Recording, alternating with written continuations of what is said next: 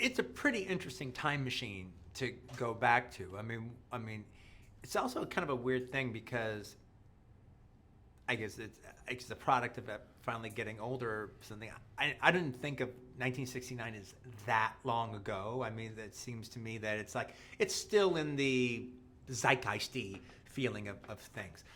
But that's probably me thinking with a 10 years earlier brain. All right, and when I actually kind of did it, I realized, oh no, I've kind of waited a long enough time that this is officially a long time ago. And it was interesting turning the city back into that, and that just kind of just think of a time where Hollywood is in America. Hollywood's just a metaphor for America at the end of the day. Where the country's in flux, a cultural change is going on. Everything that we thought of is now, there's questions about it, but also there's a quaintness of that time that's just not of our time. It doesn't get a bad rap from people who grew up out here because we know it. We know how to negotiate it, and we understand the city. It's easy to make fun of California fads or something like that. But I think the problem is to really love Los Angeles, you need to know Los Angeles. And because as opposed to a lot of other cities around the world where you can kind of get along on your own, when you come to Los Angeles for the first time, you're kind of stuck wherever you're dropped off at.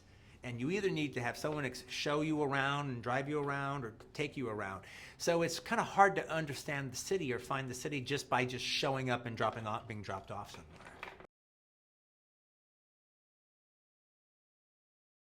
Actually, my favorite writer-director of rom-coms is, I'm spacing on his name right now, but he's got a name that's like 3 other people's names.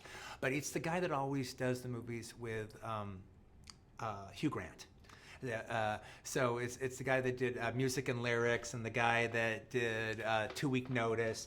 I think that guy is a Richard Curtis. No, not Richard Curtis. No, that's the other guy. Okay. No, not Richard Curtis. Not Richard Curtis. In fact, the last thing he did with Hugh Grant was a movie called Rewrite, and it was terrific. I think he just writes really funny satires.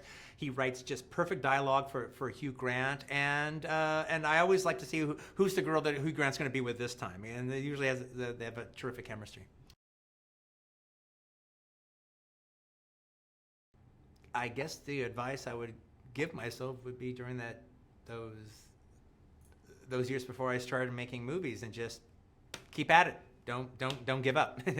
I know it doesn't seem like it right now, but this is all going to work out. Thank you. Mark Lawrence. There you go. Yeah. Okay. All right.